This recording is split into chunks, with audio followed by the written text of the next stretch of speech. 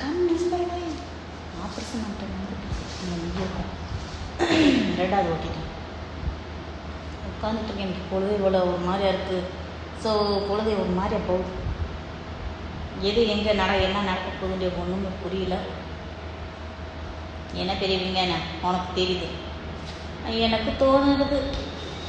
So அப்படி இந்த கதவை யார் தோணுதுன்னு தெரியும். எனக்கு அப்படி தோணுது.